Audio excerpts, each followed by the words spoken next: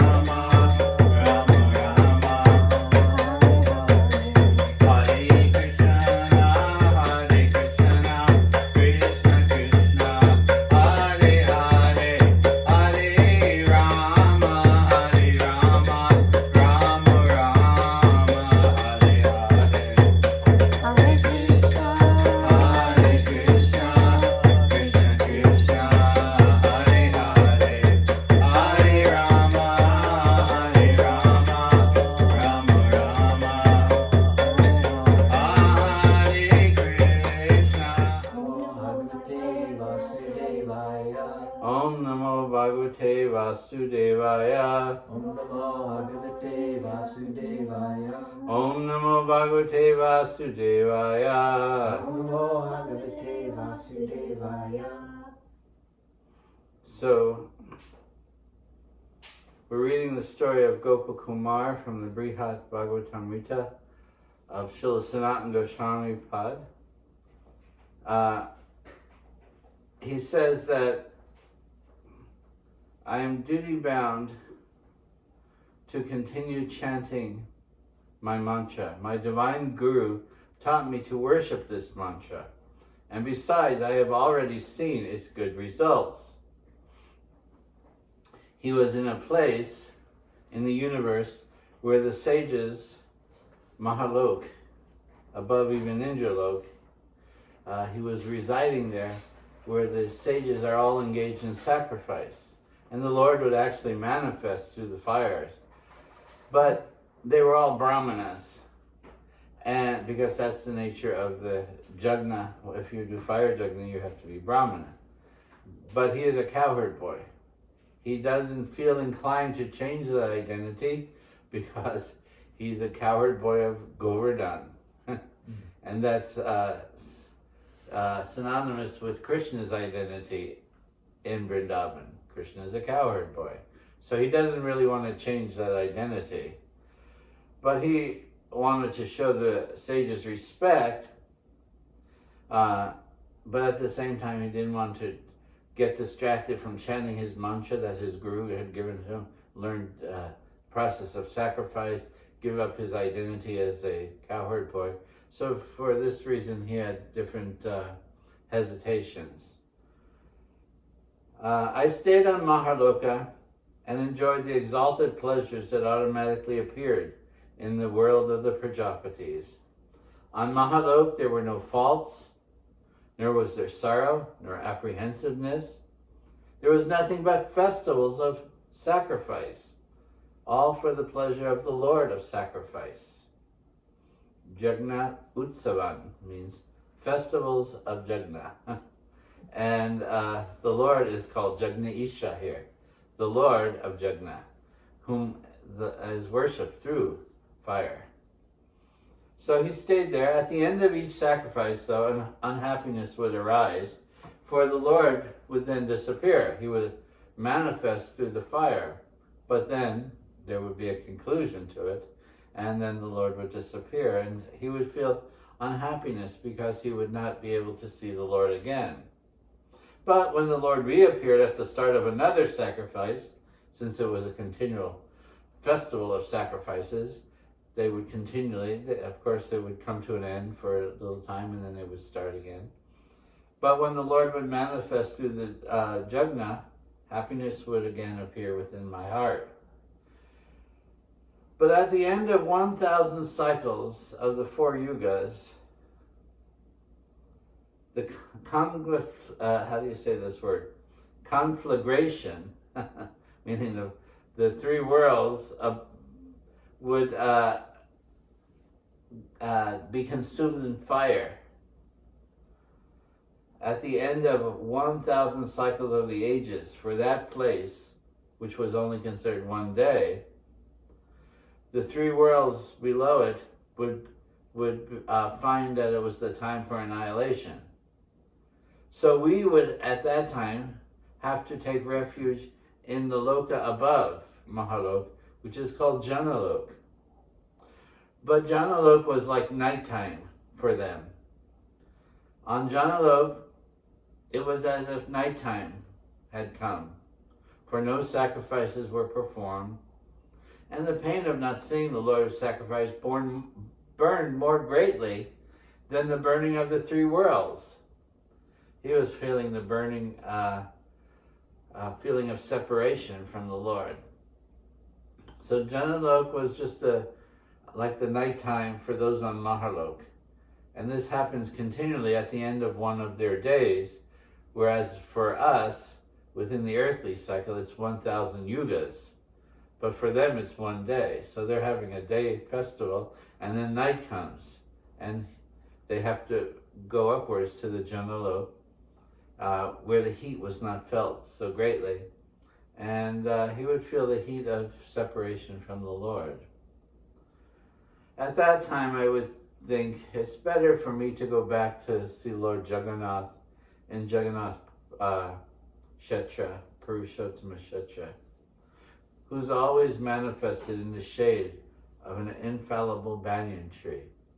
It is said that Jagannath Puri is an eternal lok that, like a Vaikuntha, although we may see it with our earthly eyes, there's another vision, like Vrindavan.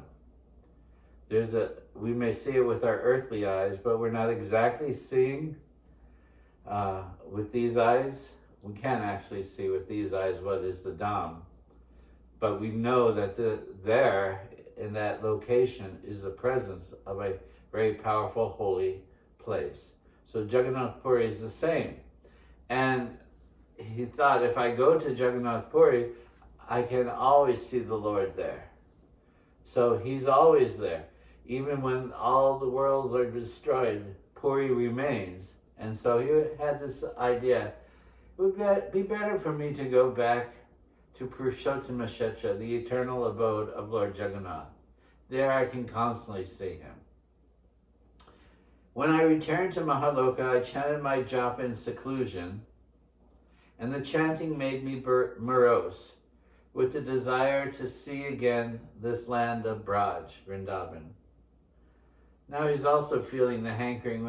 I could go to Purushottama Kshetra, but I could also go to my land, where I'm identified with the Govardhan Hill, Vrindavan, and go there. There I can see my Lord. But then the Lord would appear as the object of sacrifice, the ocean of mercy. He would call to me with love and sportingly eat whatever I brought to him. So there was a sweetness there, but it was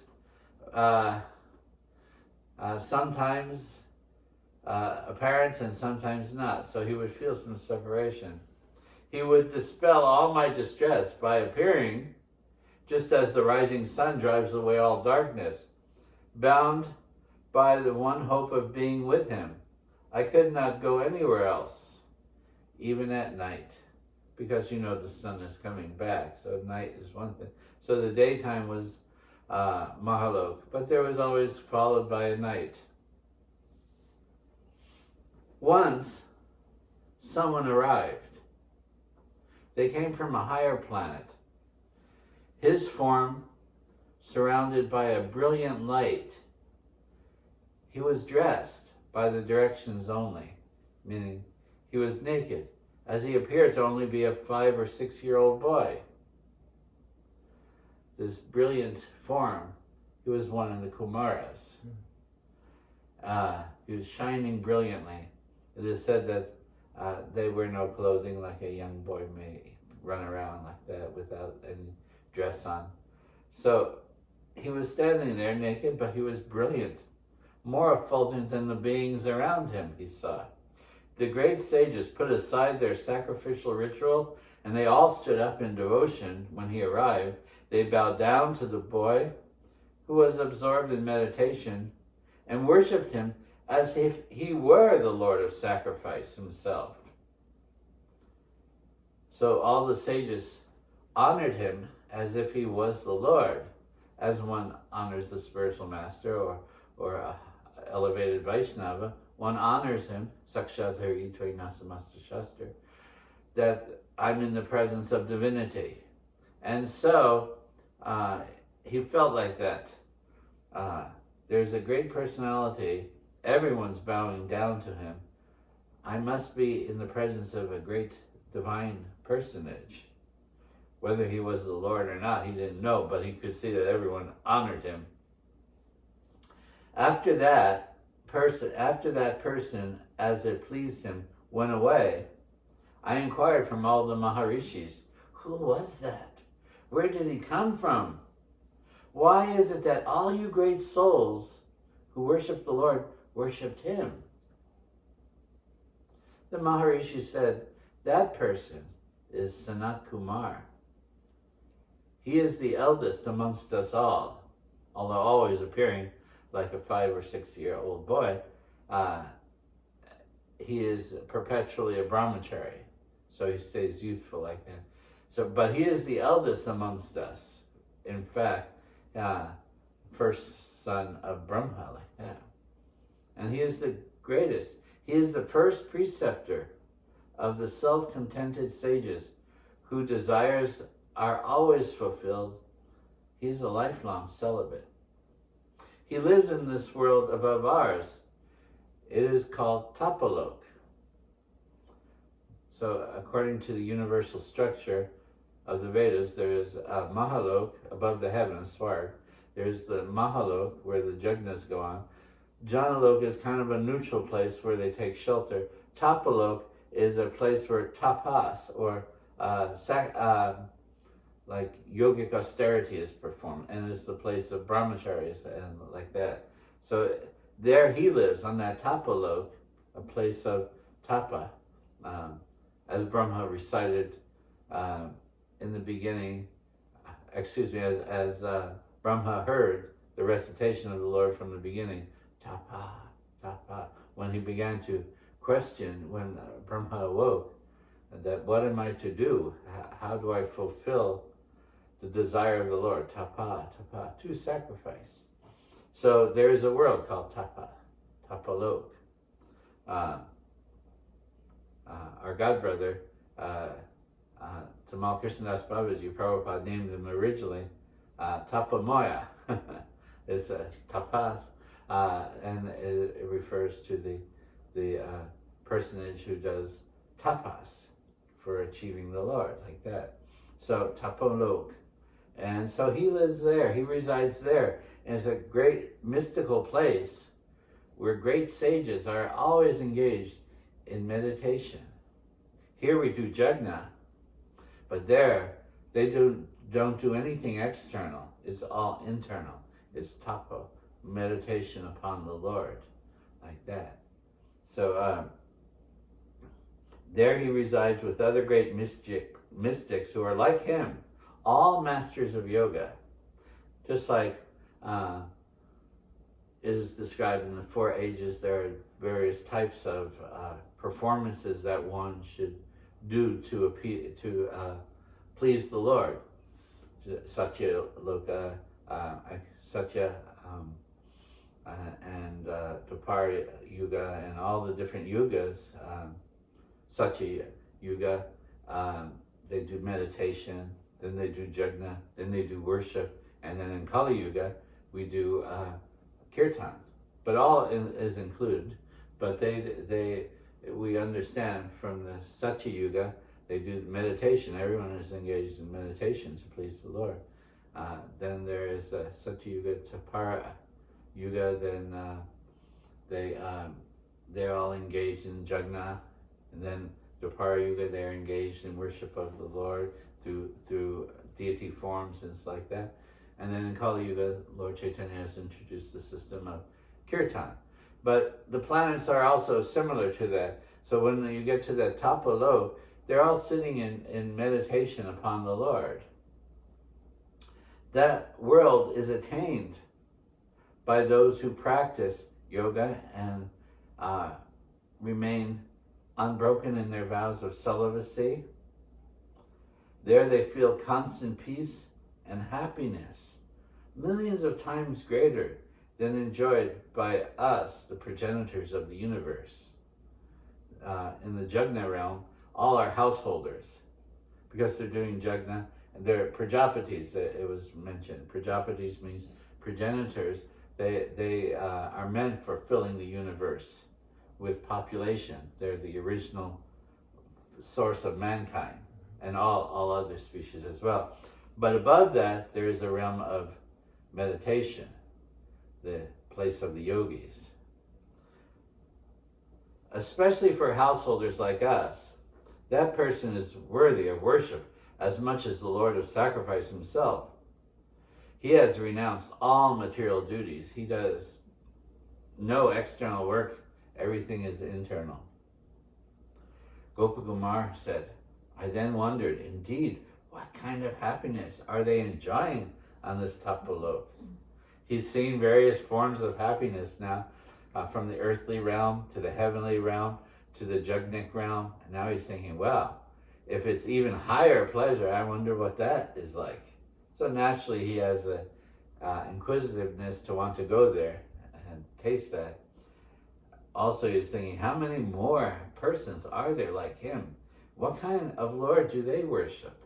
What is their method of meditation? Eager to see all of this for myself, I chanted my mantra with fixed attention, with his sankalpa, with his determination of what he wanted to achieve. So, as we've been describing, the sankalpa is an important thing. You have to have a vision, a plan, so that it can be executed. Bhaktivinoda Thakur, for instance, he wrote that every morning he wakes and goes over the plan for the day, what he was going to accomplish that day. Because a person who is successful has to have a focus.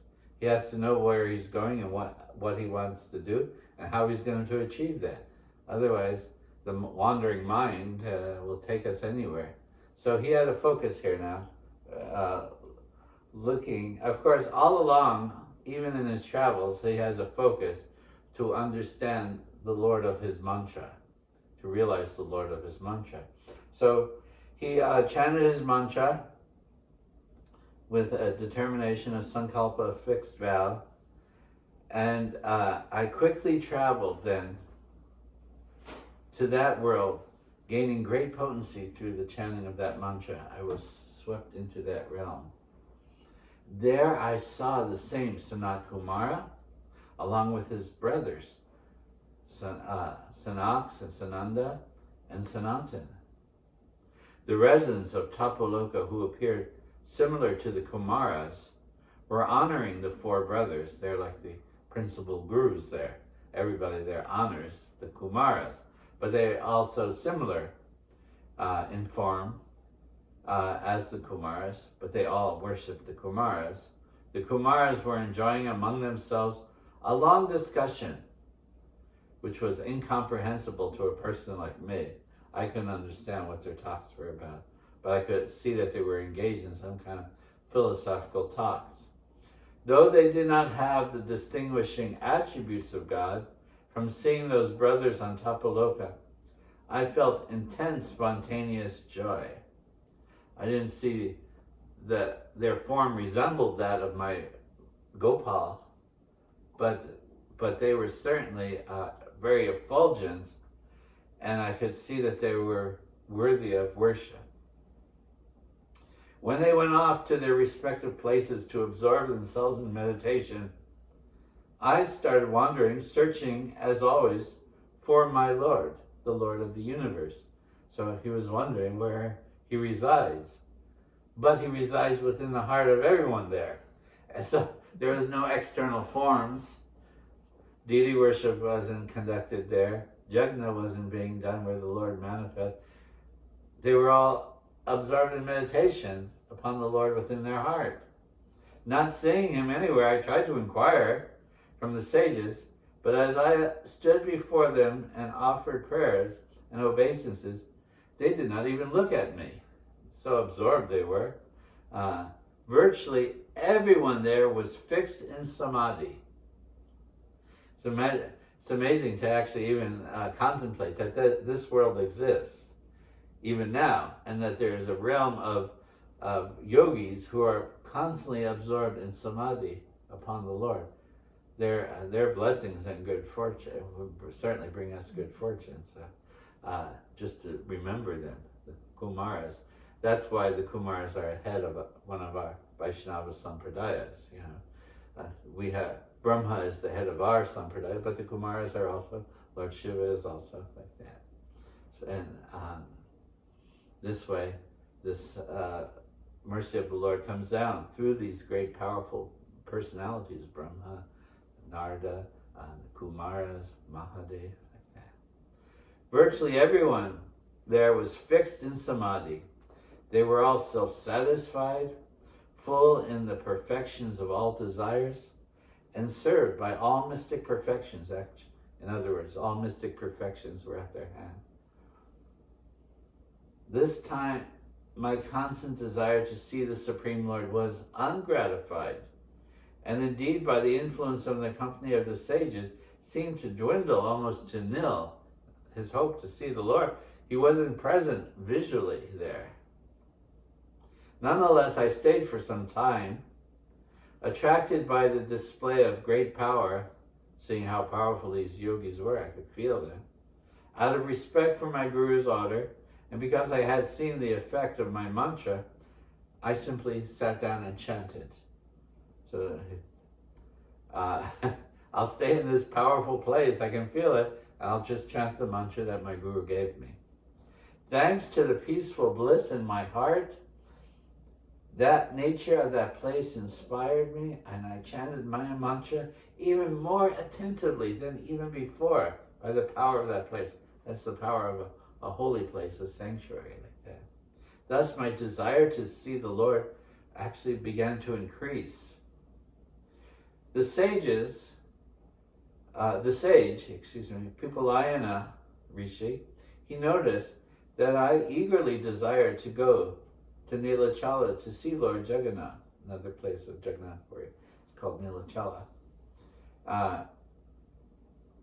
He could read my heart, that I desired to see the Lord, and I wanted to go to Puri, or Nilachala, Jagannath Puri, to see him. So Pupalayana, noticing, came to me and spoke to me. Maybe we should stop at this point. We can pick it up where Pupalayana begins to give him some instructions. Jai Gaura Premanandi Hari Hari Bol Shri Radhe Shyam.